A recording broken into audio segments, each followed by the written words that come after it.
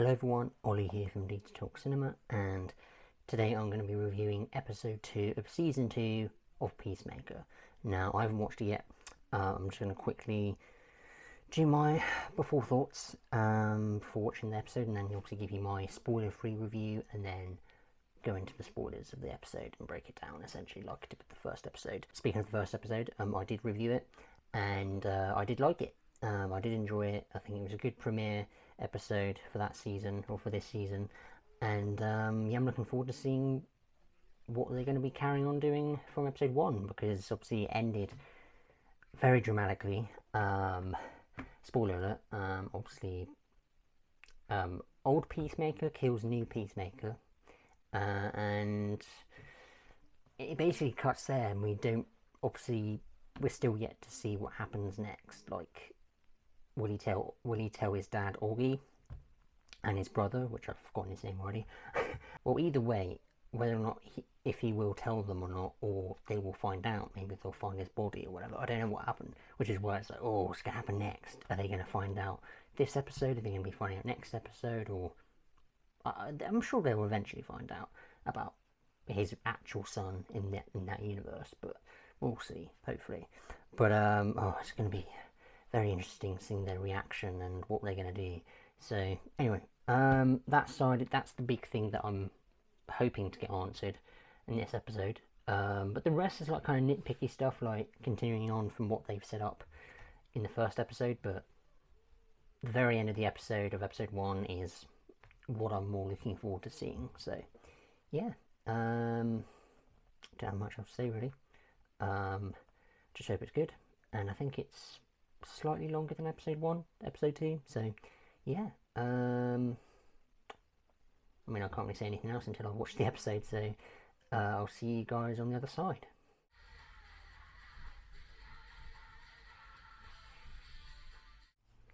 Alright guys, so yeah, just watched episode 2, and obviously spoiler free to begin with, and yeah, I thought it was quite a good episode. I probably would say it's slightly better than the first episode. I'd still give it the same rating, 8 out of 10, like I did with the first episode of season 2. But I'd say it's slightly better. I liked it slightly more than I did the first one. So, what else can I say without spoiling anything? But some of the questions that I wanted answers to kind of got told to us, but yeah. And there's new characters introduced. One particular character that gets introduced to is a massive arsehole. Actually, I'll rephrase arsehole to arsewipe as a better term. But I'll talk about him more in the spoiler section. But it's a new member of the Argus team, the team that Rick Flag Sr.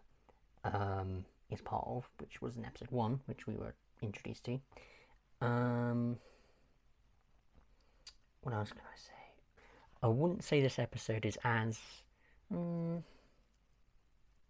I wouldn't say it's as crazy as the first episode, like with the whole orgy thing. I mean, we see the kind of aftermath of that in this episode, but it's not nearly as prominent, I would say. But there's some like violence in there as well, some gory violence. I was like, which I'll get to in the spoilers. God, I don't know what else to talk about that's not spoilery. I don't know what else to say, guys, to be honest. I know it's very short, but I think I'm just going to head straight into the spoilers. Yeah, just a good episode, really. So, spoilers. Man, so we obviously start off with Rick Flag Sr. So this is actually 8 months prior to, you know, the events of season 2. So 8 months earlier, which is when Rick Flag Sr., not Rick, by the way, Rick Flag Sr., not Rick Flag Sir, which is what I got confused with, because I thought SR meant Sir, not Senior, but now I know. So Rick Flag Sr., obviously Rick Flag Jr.'s dad, gets introduced to the new company, the new team, Argus, is that what it's called, Argus? I think it's Argus, and basically gets appointed as the new head of team, head of the office, whatever. And John Economos is the one that kind of does the tour guide in the building to him. And basically, right away, Rick Flag, Sr., he demands to see the files that occurred in ℂ𝕣𝕖𝕕𝕚𝕥𝕤 Maltese, which was obviously when his son, Rick Flag Jr., got killed by Peacemaker. And he demands John to see the files, and John was very reluctant about it, because he was like, well, don't want to be upsetting or anything, and, well, Rick Flag's like, fuck it, give it to me now. And he's like, alright, so grabs the file for him, and yeah, obviously he kind of gets flashes of, you know, him dying or whatever. We see the events in the Suicide Squad where he gets killed by Peacemaker, and even that horrible heart shot, that where he stabs the piece of tile in him, or glass, whatever it was, in that film, which is not nice. But Peacemaker kind of regrets it now, and he's kind of haunted by it. And obviously he finds out that Rick Flag Sr. is actually, you know, targeting him and following him and keeping an eye out for him, which is obviously told by Danielle Brooks' character, who I keep forgetting her name. But Danielle Brooks goes to him and tells him that Rick Flag is actually spying on him and keeping an eye out for him 24/7, which is obviously what he wanted to request. Obviously, in that 8 months bit at the beginning, obviously he said to one of the colleagues, saying that I want to keep an eye out on Peacemaker, but because of the events of season 1, where he obviously, you know, did the Project Butterfly thing, obviously they were like, well, we're on the good side. But Rick Flag's like, no, put him on the bad list. Like, I'm keeping an eye on him because he killed my son, which is fair enough, to be fair. So yeah, obviously that's kind of keeping up with what happened in episode 1, kind of showing us how he came in the picture. So anyway, let me get back on track. So after the 8-month prior thing, obviously then it's the title and the intro and everything, and the cool music, and then obviously then we back to our regular scheduled program. We're back to at the end of episode 1, where obviously old Chris kills new Chris, and he's like, how the fuck am I going to discard his body or hide it or whatever? So he's trying to hide it and push it and cover him up, but he keeps rolling out. His body kept rolling out onto the floor because he was too heavy, and he was like, fuck, and he's trying to figure out what to do. And in the end, he brings Adrian in to help clean up the mess and try and discard his body by burning him in the dimensional bit. And then that funny ass alien comes in and pops up again, and he tells him to fuck off because he's like, he never says hi to him, obviously, like he didn't in the first episode. I just find it funny that he's just this kind of cameo, and yet he's in the title intro, in the theme, which is quite funny. But hopefully, maybe he'll have more of a prominent role in the series, in this season. The alien dude, we don't even know his name. He doesn't speak. He just ignores him, and he just comes in and dumps rubbish into that burner thing, which we saw in the first episode. But what we got from him in this is quite funny. He just appeared. Chris tells him to fuck off, and then he does. and then Adrian obviously is like, who the fuck is he? And he's just like, he's just some fucking guy that comes out and never says hi to me or whatever. So yeah, that was quite funny. I like that bit. So basically, like I mentioned in the spoiler free section, there's a new character that's introduced in this episode, who's this guy who gets issued by Rick Flag Sr. because in the first episode, obviously, Rick Flag doesn't trust John Economos in trying to keep an eye out on Chris, because obviously he knows that they're friends. So he brings in this new guy. I've forgotten his name, but he's a massive prick. He makes fun of John, the way he looks. He calls him like Cool Ginger Cool or something like that, and he fucking hates it. And he keeps mentioning it, and he's just like, fuck's sake. And yeah, he's just a prick. I don't really find him that funny, to be honest. It's kind of cringe humour that he comes out with. Like, he says he has a condition where he can't see birds properly, and he kind of mistakes birds from ducks or something. I'm just like, what the fuck? It's not funny, it's just stupid. Yeah, he mistakes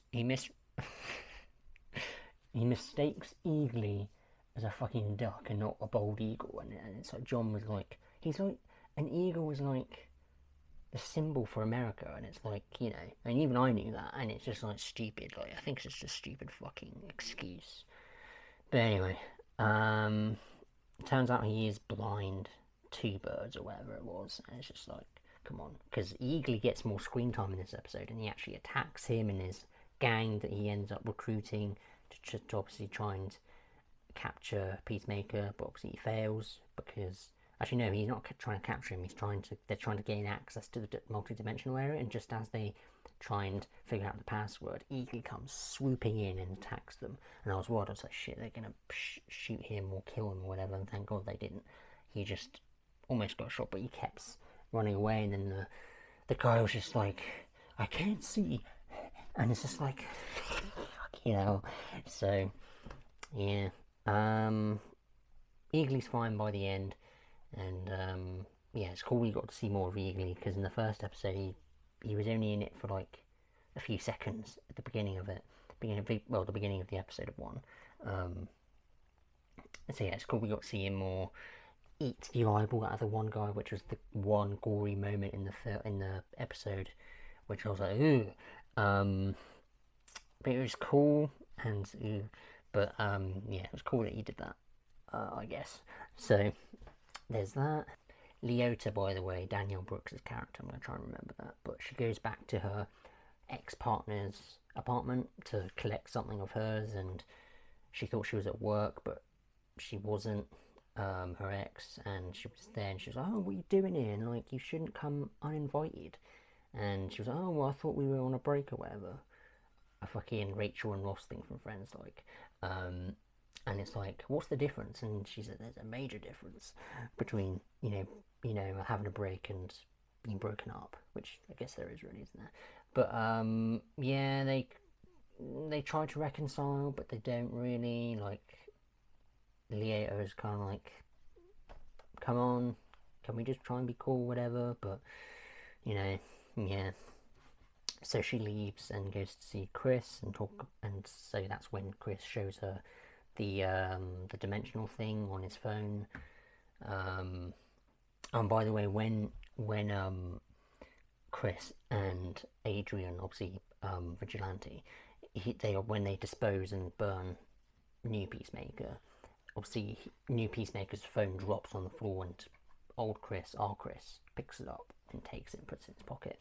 And then later on, which we'll see at the end of the episode, he ends up doing something, which I'll say in a second. But yeah, so I thought I'd quickly point that out. But yeah, so he picks up his phone, takes it, and looks through it, and looks through the phone and his photos, and it's new Chris with alternate Harcourt, and they're, you know, showing they're already, you know, they have a good relationship, or at least he thought so, because obviously our Chris and our Harcourt, Amelia Harcourt, obviously don't get on that well at the moment. They kind of have a bit of tension, and obviously Chris wants to get together with her properly, but she doesn't allow it. So in the end, obviously at the end of the episode, he ends up calling on new Chris's phone the alternate Harcourt, so that obviously they can try and meet up, because obviously he wants to be with her, but obviously our Harcourt doesn't want to be with him,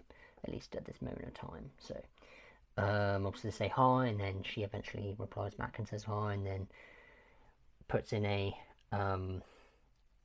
broken heart emoji, which is obviously the ending of the episode, which I'm guessing we're going to get set up and hopefully maybe see alternate Harcourt and our Chris get together maybe next episode, or whichever episode it will be, hopefully.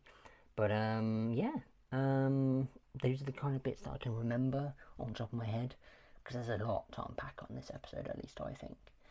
What else am I missing? Mention the dickhead that is trying to, you know, keep an eye out on economos because of Rick not trusting him. What else? I don't think there's much else, to be fair. Yeah, I just like it more than the first episode, to be fair. There's just more to it. You get more deepen with the characters and their development and the story and everything. Really, there's not really much else to add on, to be fair. I just liked it. I liked pretty much most of it. Couldn't really give any proper negatives, really. Nothing to point out.